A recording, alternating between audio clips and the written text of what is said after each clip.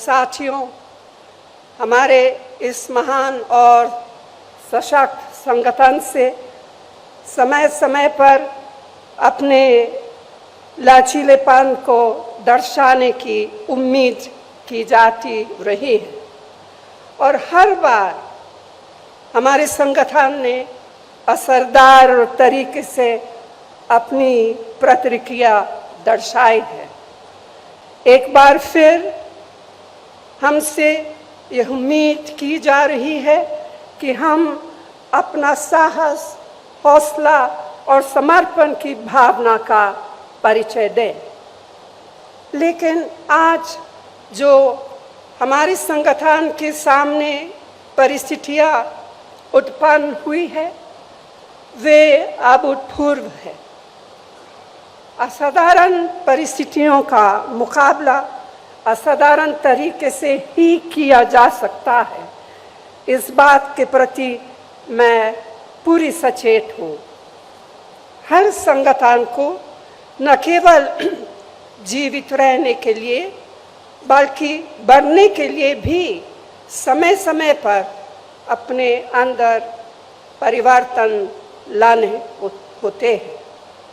हमें सुधारों की सख्त ज़रूरत है।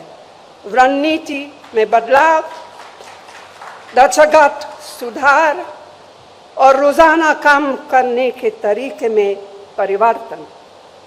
एक तरह से यह सबसे बुनियादी मुद्दा है, लेकिन मैं ये भी जोर देकर कहना चाहती हूँ कि हमारा पुनरुत्थान सिर्फ विशाल सामूहिक प्रयासों से ही हो पाएगा और वो विशाल सामूहिक प्रयास ना टाले जा सकते हैं, न ही टाले जाएंगे। यह शिविर इस लंबे सफर में एक प्रभावशाली कदम है। हमारे लंबे और सुनहरे इतिहास में आज एक ऐसा समय आया है जब हमें अपनी निजी आकांक्षाओं को संगठन के हितों के अधीन रखना होगा। पार्टी ने हम सभी को बहुत कुछ दिया है। अब समय है कर्ज उतारने का। मैं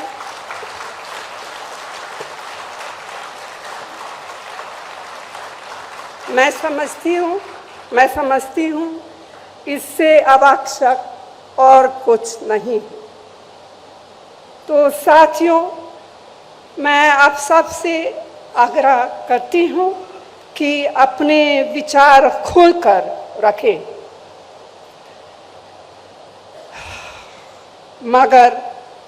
मगर बाहर सिर्फ एक ही संदेश जाना चाहिए: संगठन की मजबूती, दृढ़ निश्चय और एकता का संदेश।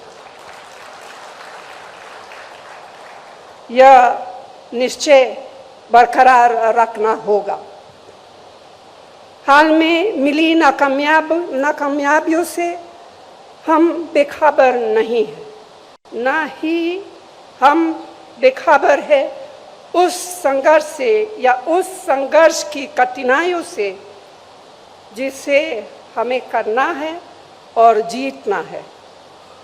लोगों की हमसे जो उम्मीदें हैं उनसे हम अनजान नहीं हैं। व्यक्तिगत और सामूहिक रूप से यह प्रण लेने के लिए हम एकत्रित हुए हैं।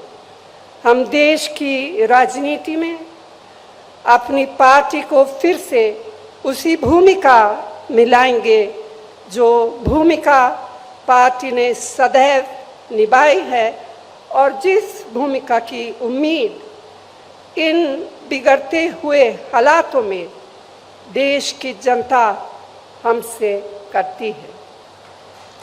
हम यहाँ पूरी विनम्रता के साथ आत्मा निरीक्षण तो कर रहे हैं, लेकिन आज हम तय करें कि जब हम यहाँ से निकलेंगे तो हम एक नए आत्मविश्वास, एक नई ऊर्जा के साथ और एक नई प्रतिबद्धता से प्रेरित होकर निकलेंगे।